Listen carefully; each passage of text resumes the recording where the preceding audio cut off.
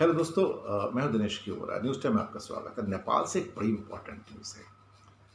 नेपाली कांग्रेस जो opposition party है उसने संविधान संशोधन बिल, कॉन्स्टिट्यूशनल अमेंडमेंट बिल, वो तीन एरियाज काला पानी, लिपू लेक और लिम्पियाधुरा, इनको नेपाल में एरिया में शो करने का जो मैप का निर्णय था, इसको अब साधारण बिल नहीं, अब कॉन्स्टिट्यूशनल बिल के अंदर कन्वर्ट कर दिया गया है।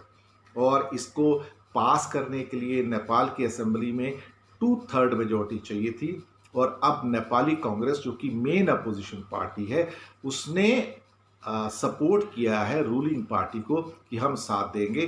तो अब ये एक फॉर्मेलिटी बन गया है, ये बिल बहुत आराम से पास हो जाएगा। ये अपोजिशन सपोर्टेड मैप के ऊपर कॉन्स्टिट्यूशनल अमेंडमेंट बिल है और ये अब इसके पास होने में कोई भी दिक्कत नहीं होगी। एक्चुअली पिछले कुछ दिनों में खबर आई थी कि भारत के जो राजदूत हैं या जो विदेश मंत्रालय है उसने नेपाल से बातचीत की थी और भारत को लग रहा था कि इसका कोई ना कोई हल निकल आएगा। लेकिन अभी नेपाल ने ये कदम उठाया है तो अभी इसके साथ एक बात क्लियर हो गई कि नेपाल भारत का व्यू पॉइंट एक्सेप्ट करने को तैयार नहीं है। नेपाल ने जो निर्णय लिया है वो अपना सोच समझ के लिया है, अपनी जनता के हित के लिए लिया है। और वो जो हमारी ओर से, भारत की ओर से जो प्रयास होने चाहिए थे वार्ता के, बातचीत के, वो लगता फेल हो गए हैं।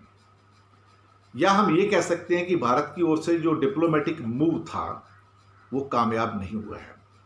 या फिर ये भी हो सकता है कि भारत ने उतने प्रयास नहीं किए।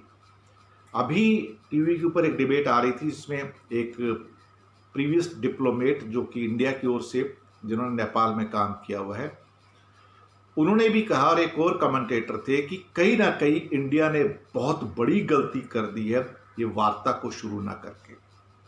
मैंने कल परसों भी टाइम्स ऑफ इंडिया के अंदर जो आर्टिकल आया उसमें लिखा था, जो मैंने एक्सप्लेन करके आपको बताया था नेपाल के बारे में, तो उसमें दिया था कि इंडिया ने ये कहना शुरू कर दिया था कि जब तक ट्रस्ट रेस्टोर नहीं होगा दोनों देशों के बीच में, हम बातचीत नहीं करेंगे। कहीं ना कहीं ऐसा लगता है कि इंडिया ने एक स्टेप को बढ़ाने में गलती की है और ये गलती उसको अब भारी पड़ेगी। इंडिया क्यों बातचीत नहीं करना चाहता है ये बात भी समझ में नहीं आई। बातचीत करने के लिए चाहे सेक्रेटरी लेवल की बात हो या मिनिस्टर लेवल की बात हो, उसके लिए कोई आपको बहुत ज़्यादा मेहनत नहीं करनी है। आपको साथ बैठना है, टेबल पे बैठना है, बातचीत करनी है, बातचीत करके मुद्दे के ऊपर पूरे डिस्कशंस करने हैं। अगर आप बातचीत के लिए ही टेबल्स पे नहीं आएंगे और अपने काउंटर पार्ट को, इंडियन डिप्लोमेसी की, यहाँ पे जो कमेंटेटर थे टीवी पे, उन्होंने कहा कि बहुत बड़ी हार है ये कि इंडिया की डिप्लोमेसी एक मीटिंग अरेंज नहीं करा पाती और उसके बदले में कहती कि ट्रस्ट नहीं है तो मीटिंग नहीं करेंगे। ये क्यों नहीं सोचा जाता कि मीटिंग करेंगे तो ट्रस्ट पैदा हो जाएगा। ऐसे नहीं होता कि पहले ट्रस्ट पैदा करो फिर मीटिंग करो। अरे भाई, मीटिंग करोगे तो ट्रस्ट पैदा होगा ना। तो इंडिया का मीटिंग के अंदर ऑर्गेनाइज ना करना, मीटिंग को ढंग से ना देखना, शायद यही यहाँ पे इंडिया ने मार खाई है। ये डिप्लोमेटिकली एक तरह से देखा जाए तो इंडिया ने कहीं ना कहीं वो प्रयास नहीं किए जो करने चाहिए थे। या फिर भारत को नेपाल की पोजीशन को समझने में गलती हुई है, या इंडिया ने सोचा कि नेपाल विल बैक ट्रैक, लेकिन ऐसे हुआ नहीं। नेपाल की सरकार को अब नेपाली कांग्रेस का भी साथ मिल गया है। अब वो कॉन्स्टिट्यूशनल अमेंडमेंट बिल है। लेकिन मुझे लगता है कि इंडिया को एक कदम आगे बढ़ के बातचीत करनी चाहिए थी, सेक्रेटरी लेवल पे, मिनिस्टर लेवल पे। लेकिन शायद किसी कारण से वो बातचीत नहीं हो पाई। लेकिन इसके बावजूद भी हमारा चैनल ये मान के चलता है कि इस दुनिया में कोई भी फाइनल फ्रंटियर नहीं है। इस दुनिया में कभी ऐसा नहीं है कि फिर बातचीत नहीं हो सकती। भारत और नेपाल के संबंध सदियों पुराने हैं, लोगों के संबंध सदियों पुराने हैं। अगर एक सरकार दूसरी सरकार से बात नहीं करती है तो इसका मतलब ये नहीं पैदा होता कि जो लोगों के संबंध हैं वो खराब हो गए। हिंदुस्तान की आर्मी के अंदर एक बहुत सब्सटेंशियल स्ट्रेंथ है जो कि नेपाल के लोगों की, गोरखा रेजिमेंट से उनका शानदार इतिहास रहा है। और गोरखा रेजिमेंट से कई लोग तो बहुत ऊपर तक सेना के पदों पर गए हैं, ये भी कोई शक वाली बात नहीं है। इसके अलावा नेपाल के सिटीजन्स को भारत में सारी गवर्नमेंट की नौकरी में भी काम करने की इजाज़त है। और जहां मैंने काम किया है, हमारे साथ भी नेपाल के बहुत सारे सिटीजन्स थे जो काम करते थे, नेपाल के थे, भूटान के हैं। वो अलाउड है, इंडिया में नौकरी कर सकते हैं, ऑफिशियली अलाउड है, वो बिजनेस कर सकते हैं, मकान खरीद सकते हैं, फिल्मों में काम कर सकते हैं। मनीषा कोइराला हैं, बाकी बहुत लोग हैं।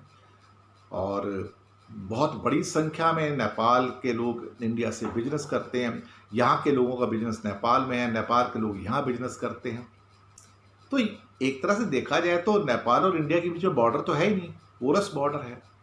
तो आना जाना लगातार लगा रहता है, कोई पासपोर्ट नहीं चाहिए, कुछ नहीं चाहिए, आप आते रहो जाते रहो। वो ऐसे ही है जैसे कि अमेरिका और कनाडा का बॉर्डर है, वो हमेशा ओपन खुला रहता है। वो तो कनाडा के सिटीजन कभी भी अमेरिका आ सकते हैं, अमेरिका सिटीजन कभी भी कनाडा जा सकते हैं।